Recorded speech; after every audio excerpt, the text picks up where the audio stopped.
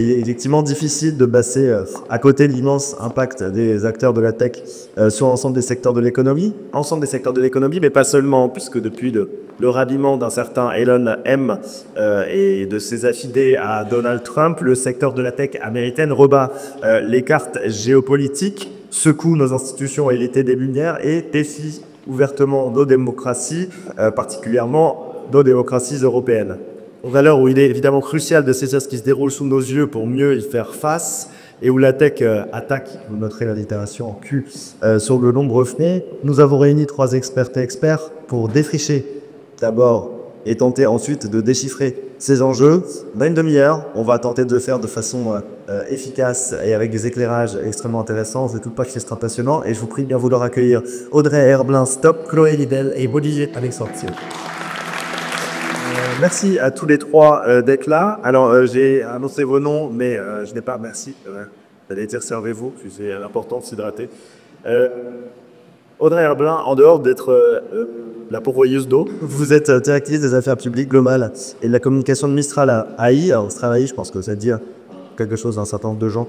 Sur le plateau, c'est sûr. Ici, j'en coûte pas non plus. Et votre expérience va nous éclairer sur les défis concrets de ce qu'on appelle la scale européenne face aux géants justement américains et rajoutent aux chinois, parce que évidemment, l'actualité va nous rattraper sur ce terrain-là. À vos côtés, Corinne, bonjour. Bienvenue, merci d'être parmi nous, d'avoir pris le temps, les trois, d'être le temps d'être parmi nous aujourd'hui. Vous êtes porte-parole du Parti socialiste et vous ferraillez au Parlement européen en tant que député, notamment au Parlement, tu le ferraillez aussi sur un certain nombre de plateaux médias. Sur les questions tech, on a hâte d'entendre votre lecture politique du moment charnière qu'on vit. Et en face de moi, Olivier Alexandre Condevour, vous êtes sociologue au Centre Internet des sociétés du CNRS. Je ne noterai pas jusqu'alors. Et vous avez notamment signé en 2023 un ouvrage qui s'appelle La Tech, et vous allez traîner un petit peu vos guêtres au sein de la Silicon Valley. Donc la tech, il n'y a plus le quand la Silicon Valley refait le monde, en tant que quelqu'un qui a un petit temps d'avance. Votre regard de nous aider à saisir de façon assez précise ce qui est en train de se passer et comment on en est arrivé là. Merci d'être avec nous. La première question, c'est pas extrêmement colis, mais elle est pour vous, Olivier Alexandre, justement pour le cadre. Remettre un peu le cadre. On assiste à une série d'événements, on l'a dit, qui s'accélèrent et qui questionnent notre rapport à la tech américaine et son impact sur nos démocraties et nos économies. Est-ce que c'est un vrai changement? C'est ça ma question pour le propos. Quel est le cadre un petit peu? Un vrai changement, une vraie mutation ou la continuité logique de ce que vous avez, vous, observé dans la Silicon Valley? Vous avez 3 minutes. Il y a un an, si on avait décrit la situation, c'est-à-dire Donald Trump de retour à la Maison-Blanche, Elon Musk qui fait un scène nazi, David Sachs nommé tsar de l'IA, honnêtement, on aurait dit en on ou on aurait bien invité ici en tout cas. Et notamment parce que Donald Trump était plus proche de la prison, autant que des tribunaux, que d'une campagne électorale. Alors, il y a eu un side factor au cours de l'année qui explique ce qu'on a vécu. Et honnêtement, moi j'étais à San Francisco en septembre. J'ai vu le seul débat présidentiel au QG des démocrates en tant qu'observateur. Bon, la tendance n'était pas du tout celle qui s'est avérée vraie. Et de manière générale, dans la Silicon Valley, si vous regardez la carte électorale, la majorité des gens ils ont continué à voter Kamala Harris, en fond de pays d'ailleurs. Et ils se retrouvent un petit peu en porte-à-faux avec l'image projetée, une tech qui se serait alignée avec les valeurs de Donald Trump, qui est aussi vrai. Enfin, je veux dire, personne, il aurait acheté à personne la photo de famille absolument terrifiante. Parce que bon, quel point de vue, mais quand même, du point de vue de la tech, historiquement, absolument terrifiant, qu'on a vu 20 janvier, mais en ultimement dans un changement d'époque. Alors, qu'est-ce qui peut l'expliquer? En fait, c'est toute une série de facteurs et je pense qu'on n'a pas assez mesuré encore l'impact qu'a eu le Covid, exactement la gestion du Covid, les conséquences du Covid, la manière dont la parole et la liberté ont été gérées dans le Covid et la manière dont ça a introduit un doute extrêmement fort, une suspicion extrêmement forte entre les administrés et les politiques, entre les politiques et les entrepreneurs, entre les politiques et les entreprises. Vous voulez dire que l'État, l'intervention de l'État, la façon dont l'État est intervenu pour gérer la pandémie et notamment mettre en place le privation de liberté, c'est ça, a impacté négativement Honnêtement, les blagues dans la Silicon Valley à un certain niveau de management, les trois figures repoussoires, ça c'était Fauci, donc la personne qui était responsable de conseiller à la santé au moment du Covid, ça serait Thierry Breton et ça serait Joe Biden. Voilà. Et c'est en fait c'est cette alliance négative qui explique qu'un certain nombre de personnes soient retournées du côté de Donald Trump, qui incarne d'une certaine façon tout ce qu'il déteste. Parce que vous l'oubliez, Donald Trump, c'est le candidat du racisme, c'est le candidat de la xénophobie, c'est le candidat du climato-scepticisme, c'est le candidat de l'anti-science, alors que ces valeurs très longtemps étaient des valeurs cardinales dans la Silicon Valley jusqu'à aujourd'hui. Il y a la moitié des gens qui sont nés dans un autre pays, y compris chez les CEO, principalement en Inde et en Chine. Aujourd'hui, si vous allez sur les campus d'entreprises ou à Stanford, la majorité des gens qui sont en CS sont d'origine chinoise ou indienne. Et ils se retrouvent effectivement représentés par ce précédent. Merci beaucoup pour cette introduction et le fait de remettre un peu le cadre. Ce changement, ce revirement, Audrey Erlenstop, vous travaillez depuis un certain nombre de temps pour des grandes entreprises américaine, ça vous est arrivé. Aujourd'hui, vous travaillez pour une entreprise française, on va dire française, raccourcir un petit peu. Comment cette entreprise Mistral AI navigue dans ce contexte et c'est quoi les défis spécifiques de cette entreprise européenne face à justement ce changement, quand même, cette inversion au moins des valeurs qu'un certain nombre d'acteurs de la tech étaient plus polyédénants. Alors on est 100% français, le contrôle de l'entreprise est français. Ce récif, c'est important. Et d'ailleurs, c'est un des sujets, il reviendrait, parce qu'effectivement, le sujet du financement européen, c'est quand même un des nerfs de la guerre. Et ce qui est, alors peut-être je représente Mistral, parce qu'on part du principe que tout le monde connaît, mais je suis pas sûr. Alors, attendez, qui connaît Mistral AI ici? Est-ce que vous pouvez tout savoir? Au présent. Non, mais, on est maintenant scale-up, mais il n'y a pas si peu de temps, très petite start-up. Et nous, ce qu'on fait, c'est des modèles d'intelligence artificielle générative. Donc on est française et on en a la spécificité d'avoir commencé par faire des modèles open source. Et on a effectivement, il y a maintenant quasiment 2 ans, 1 an et demi, été les premiers, et ouais, c'est rigolo de l'actualité, quand même les premiers à sortir des modèles open source extrêmement puissants et entraînés sur très peu de puissance de calcul. Donc comme quoi, ça fait beaucoup de bruit, mais ça met en arrêt quand même été les premiers sur le coup. On a tendance à dénigrer les acteurs français, vous le savez. Mais non, en fait, le projet Mistral, c'est un projet qui vient de l'idée que il faut pas laisser la domination de cette transformation technologique qui est extrêmement importante pour tous les champs de l'économie, les champs du monde, les champs culturels. Et ça a été très bien dit précédemment, c'est qu'effectivement, là où avant la tech était quand même très silotée, aujourd'hui, sur la transformation de l'IA, on a quelque chose qui n'est plus uniquement de l'ordre de la tech et qui va s'immerger dans l'ensemble des domaines de notre vie quotidienne et de la gestion du monde. Et la vision qu'ont eu nos fondateurs, c'est vraiment de se dire, est-ce qu'il n'y a pas quelque chose d'important à offrir une alternative à une domination qui à l'époque n'était qu'américaine, et quand on dit américaine, c'était même la Silicon Valley, sur cette technologie, et donc avec un seul point de vue sur le regard du monde. Et c'est vrai que c'est pour ça que dès le début, il y avait une volonté chez nous, parce qu'on était français, hein, d'entraîner les modèles, pas juste en anglais, mais de le faire sur 5 langues au début, parce qu'il y a une bataille culturelle, c'est très comme chien hein, ce qu'on fait, mais il y a effectivement une bataille culturelle, à dire que dans un futur très proche, la très grande majorité des contenus auxquels les gens accéderont sur Internet seront des contenus synthétiques. Et comment on fait en sorte que ces contenus-là ne soient pas juste le reflet d'une manière un peu unique de penser, ou en tout cas d'une vision de la société qui est celle de la Silicon Valley, et comment on donne le choix. Donc c'était ça le principe de base.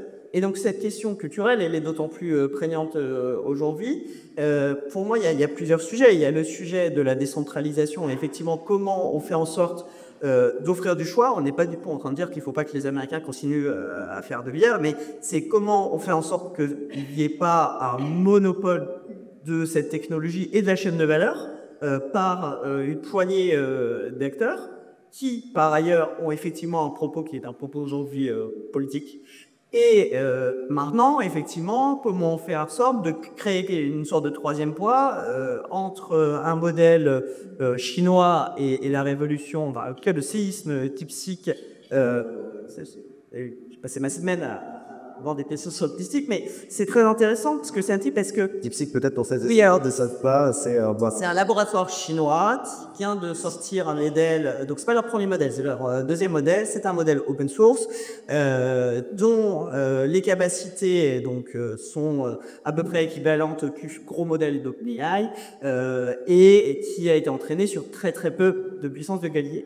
Ce qui c'est optimement un jeu qui a assez marché avec 2 points. Le premier, c'est que c'est un modèle qui est aujourd'hui quasiment impossible à déployer, si peut-être pas très fort. Le deuxième, c'est que on parle d'un modèle qui ne veut pas du tout donner la vérité. Il y a des questions sur la protection de la vie privée et l'utilisation de données que vous allez mettre dedans. Il y a la question de décision du monde et de rapport aux politiques également, et ce sur quoi sont entraînées ces données, et dans la façon dont on répond à certaines questions, notamment sur la nature du régime chinois, notamment, et de certains événements. Exactement. Donc quand on est une scale-up qui essaye de porter quelque chose d'un peu différent, c'est vrai qu'il y a un très fort enjeu à pouvoir témoigner et grandir avec une vision différente et donc à s'imposer.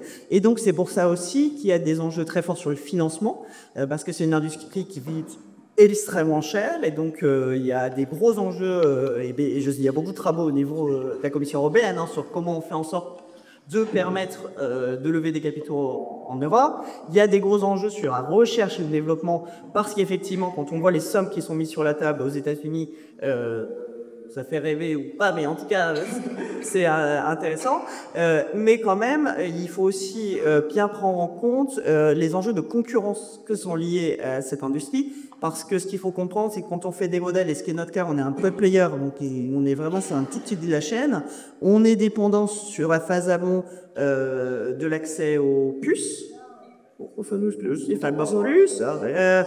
est dépendant de la puissance de calcul et qui est quand même largement aujourd'hui offerte par les hyperscalers.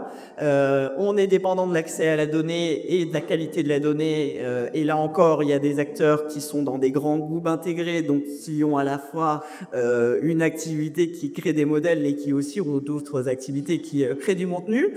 Et puis après, évidemment, sur la distribution des modèles, la dépendance aux hyperscalers. Donc il y a un jeu qui est un jeu géopolitique et économique qui est extrêmement fort et dans lequel, effectivement, c'est assez surprenant de se retrouver projeté quand on est une boîte de 18 mois. Le jeu, vous mentionnez, il est aussi politique. Quelle lecture politique, pour le coup, je sais pas, c'est pas un robot, vous faites de ce moment assez charnière, Chloé Edel, en tant qu'élu?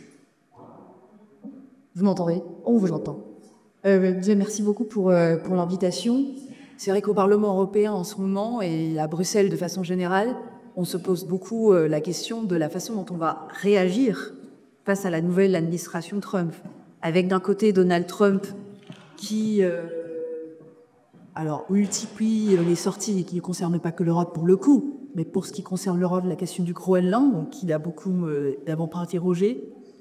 Et puis de l'autre, Elon Musk qui s'oppose à ce que l'Europe fasse appliquer ses lois, notamment sa plateforme X, et qui s'ingère de façon délibérée dans plusieurs processus démocratiques en cours en Europe, notamment les élections allemandes, en se montrant un soutien officiel du parti néo-nazi, je lui dirais, comme je le pense, AfD, parce que participant assez petit, voilà, pour moi c'est un fait, et en finançant même des partis politiques, puisqu'il a fait une thèse de 100 millions de dollars, je crois, au parti Reform UK, femme droite au Royaume-Uni.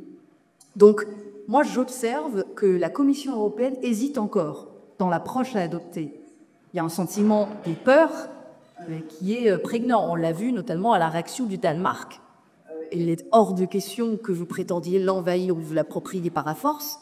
Au lieu de réagir comme cela, ils ont dit « Monsieur Trump, nous sommes vos alliés, on ne comprend pas, etc. » Donc il y a une hésitation à la Commission européenne entre d'un côté rentrer dans l'approche transactionnelle de Donald Trump et de l'autre adopter l'approche de la fermeté et de la résistance que moi et mon groupe au Parlement européen nous préconisons.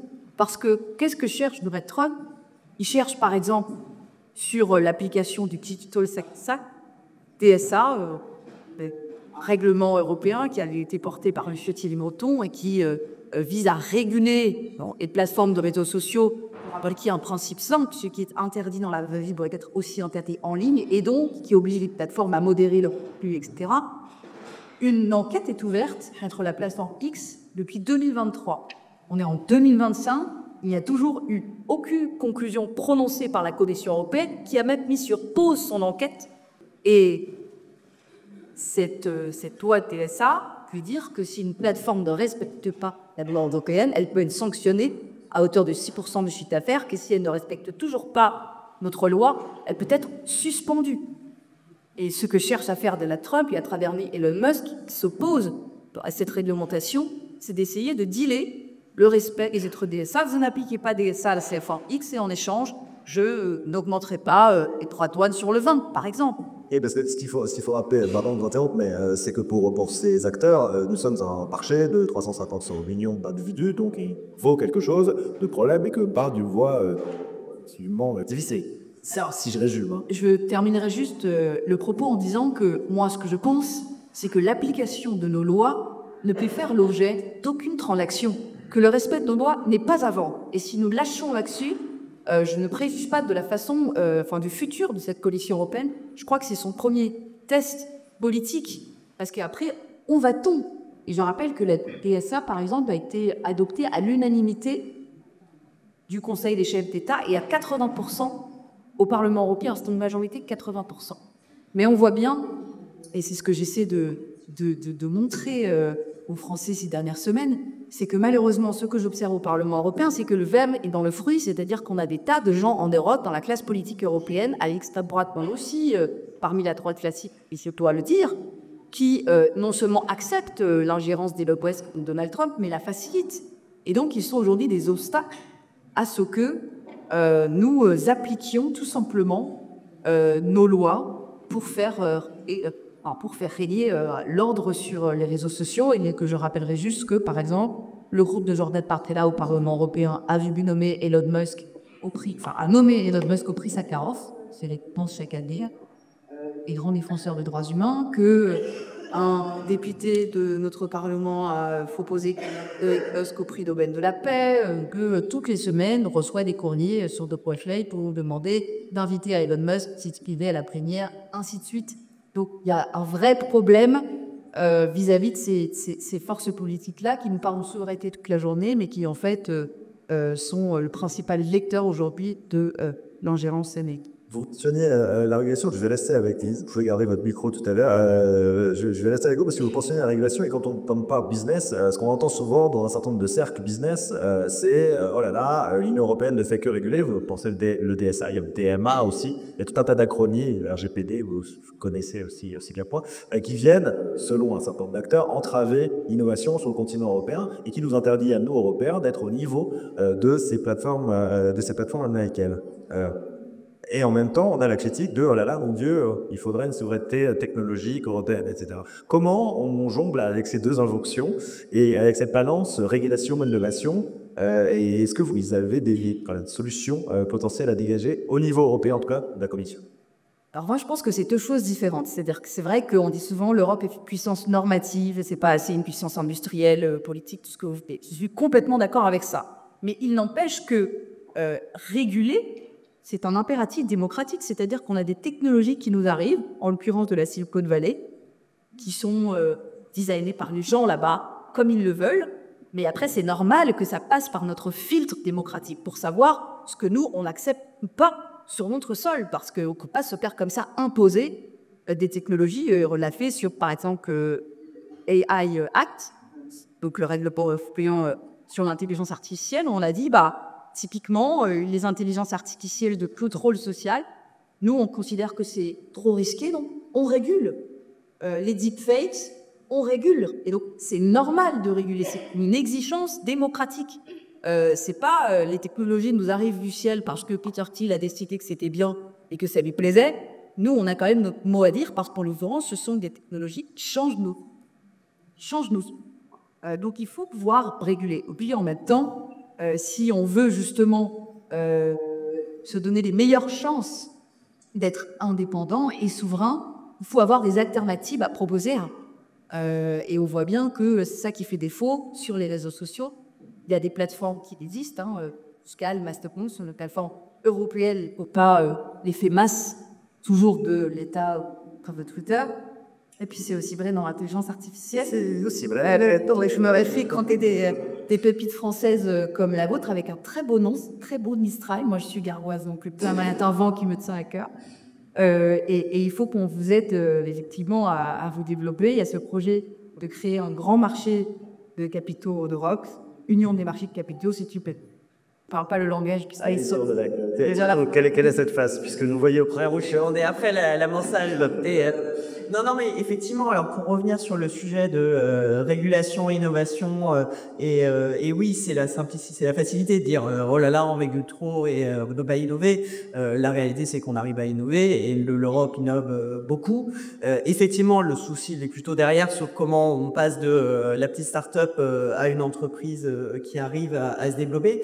Je pense qu'il y a plusieurs points. C'est que la régulation, si elle est faite intelligemment, elle crée de la confiance et donc elle peut même faciliter l'adoption. Et dans l'IA, la chose dont on a besoin aujourd'hui, c'est l'adoption.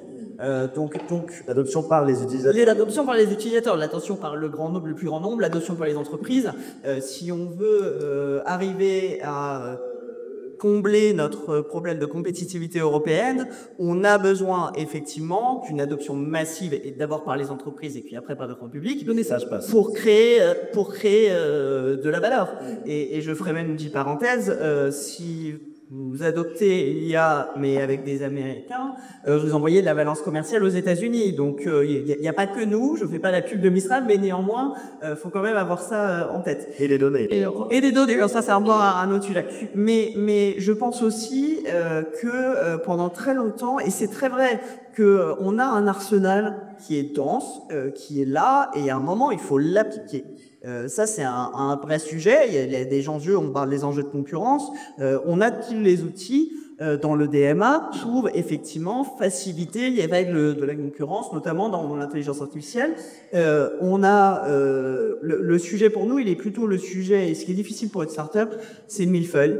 C'est la quantité de choses à faire. C'est le fait, même s'il y a des seuils, les seuils aujourd'hui, ils sont très peu appliqué au monde de l'IA, parce qu'effectivement on est sur des entreprises qui ont énormément de bilans, parce qu'il fait des pré-postulés, parce que ça coûte très cher, et donc on se retrouve dans des situations où on dépasse les seuils, mais en fait notre masse critique elle est quand même très faible, et donc on se retrouve potentiellement avec les mêmes obligations qu'un Amazon. Moi j'ai pas les équipes d'un Amazon, donc il y a cet enjeu-là, et puis je trouve qu'il y a la capture réglementaire, et ça c'est vrai qu'on en parle. On commence à en parler un peu, mais ce sont des entreprises qui sont extrêmement bien équipées, et tant mieux pour elles. Mais donc, moi, quand je vais toute seule avec mes petits bras à Bruxelles pour faire mes rendez-vous, et en face, il y a des armées d'avocats et de lobbyistes, forcément, ils sont plus équipés, ils ont plus de moyens. L'autre point, quand même, c'est aussi que il y a eu un moment pré-DSA, où on a aussi une approche, et j'en parle parce que moi j'ai été mentionné, mais moi j'ai travaillé pour Twitter à l'époque, qui s'était Twitter, et on a aussi à un moment une approche qui disait on va faire passer les choses par les règles d'utilisation. On leur a presque un peu donné la main parce que c'était plus facile et parce qu'il y avait des enjeux effectivement de conflits de voix et de réglementation internationale qui étaient extrêmement compliqués à adresser. Mais il y a eu un mouvement des États en Europe qui disait en fait on va plutôt vous faire mettre les choses dans vos règles d'utilisation à vous, parce que c'était une vision assez pragmatique. Ouais. Mais sauf qu'en faisant ça, on donnait aussi les clés de contrôle à ces acteurs-là pour devenir autre chose que juste des acteurs économiques, et presque des États, ou en tout cas presque des puissances avec un plus haut qui était un pouvoir de régulation. Et donc effectivement, c'est très compliqué une fois qu'on a fait ce mouvement-là de revenir parce qu'ils ont appris comment ils pouvaient influencer les choses et tourner les choses dans un sens ou dans l'autre. Olivier Alexandre, ce qui manque aussi peut-être en Europe, c'est quelque chose sur lequel vous travaillez depuis aussi un petit moment, hein, et vous évoquez dans votre ouvrage, c'est ce qu'on appelle le venture capital. Alors, sans rentrer dans les détails, est-ce que vous pouvez nous dire de quoi il retourne et en quoi ça impacte la Silicon Valley et son éventuel retournement d'ailleurs, ou puis en quoi ça impacte négativement les sociétés européennes? Ouais, deux choses déjà. Alors c'est vrai qu'on reproche tout le temps à l'Union européenne de ne pas être innovante. Elle n'a pas été faite pour ça. Hein. Elle n'a pas été faite pour ça. Par ailleurs, quand on la compare à la Russie, on la compare à l'Inde, on la compare à la Chine, on la compare aux États-Unis. En Inde, il y a une population qui existe là-bas de plus de 70 000 ans. La Russie, elle a 3 000 ans. La Chine, elle a 4 000 ans. Les États-Unis, ils ont 250 ans. L'Union européenne, elle a 70 ans. Et l'Union européenne a été faite pour éviter de se faire la guerre sur le continent, à travers le marché. À travers le marché, puis exactement à travers des normes de marché. De toute façon, elle se retrouve un petit peu dans ce paradoxe-là, d'avoir trop bien réussi et de ne pas être identifié ou saboté par autre chose que du règlement. C'est compliqué de faire autre chose. Je pense que Corée pourra vous confirmer. En Union européenne, il y a 20 langues officielles, il y a 200 langues officieuses. Chacun a ses intérêts différents. Et d'ailleurs, l'administration centrale, il ne cesse pas, pour le prochain mandat, d'appuyer sur ces différences, sur l'opposition de ses intérêts. Après, dans la discussion, et j'entends bien ce que tu voudrais, hein, mais je ne voudrais pas qu'on identifie systématiquement l'innovation au progrès et l'innovation à un modèle start-up porté par du capitalisme. Le capitalisme, pour dire très vite, c'est une longue histoire, ça s'enracine un petit peu au lendemain de la Seconde Guerre mondiale, notamment porté par un Français, Georges Doriot, qui a eu des fonctions dans l'armée parce que l'histoire de la nouvelle technologie est vraiment indissociable de l'histoire militaire. Et sa conviction, c'est que les conflits sont emportés par des gens innovants. Donc, il va mettre en place un système qui consiste à dire il faut arrêter de s'enfermer dans des modèles bureaucratiques. Hein, on est vraiment au lendemain de la Seconde Guerre mondiale. Il faut identifier des talents qui sont bien souvent des scientifiques et des entrepreneurs. Il faut les fréquenter, ces talents-là, et puis il faut comprendre leur économie. Et en l'occurrence, leur économie, c'est pas la banque traditionnelle, c'est des pays qui sont extrêmement fragiles. Il y a beaucoup de casse, et j'en vois aujourd'hui, hein, 90% des entreprises dans la Silicon Valley, au bout de 5 ans, elles ont peu d'activité. Et donc sa logique, c'est de dire, ok, en fait, il faut constituer des portefeuilles d'activité, et il faut parier un certain nombre de mises pour avoir, in fine, un gros lot. Et un gros lot qui va intervenir en fait très tardivement. Parce que si vous regardez les économies de la tech, en termes de financement, c'est 5-10 ans pour faire un succès. C'est assez long, quoi. Hein. Vous avez autant de temps pour faire un opéra et faire votre biographie. Et ce modèle-là, lui, il finance en allant voir les grandes fortunes bostoniennes, de la Potest, etc. Et puis progressivement, il va former des gens, et il va former des gens qui vont constituer la première génération de capitalistes qui va se retrouver en Californie et à investir sur des entreprises comme Sun Microsystems ou Apple. Et à partir de là, va se développer toute une culture, un financement, mais aussi en fait une société du capital. Et une façon de faire société à travers le capital. Et ça, c'est un point absolument essentiel, sûrement un peu trop technique, difficile parce qu'il est inaccessible pour bien des gens en termes de représentation, parce qu'il n'y a pas de livre, il n'y a pas de film sur cette univers-là. Et c'est une révolution de capital silencieuse qui est d'autant plus importante qu'en fait, elle lie à la fois les gens entre eux, mais elle lie aussi les âges de la vie. C'est-à-dire que si vous regardez aujourd'hui en Californie, et historiquement, les deux plus gros fournisseurs de capitaux des capitaux risqueurs, c'est le fonds de pension qui gère les retraites des fonctionnaires californiens et le fonds de pension qui gère les retraites des instituteurs californiens. Donc tout est lié. Exactement, tout est lié. Et en fait, d'une certaine façon, les réformes qui sont portées pour à la fois financer l'innovation en Europe et gérer le problème des retraites, il a cette solution, Venture Capital, qui crée beaucoup de casse, qui crée des jeux vertueux, mais qui crée aussi beaucoup de casse, parce qu'il y a des winners, il y a des losers, et entre deux, on peut perdre ce qui fait quand même la singularité européenne, c'est-à-dire des traditions de mutualisation et de solidarité considérées qu'on forme un seul peuple. Merci beaucoup Olivier Alexandre et merci à Audrey et à Prince Top et à Corrida d'avoir été avec nous. On aurait pu en parler effectivement 1 heure, voire 1 heure et demie. On aura la chance de continuer à en parler tout à l'heure avec vous, Olivier Alexandre, mais merci à toutes les deux d'avoir été avec nous.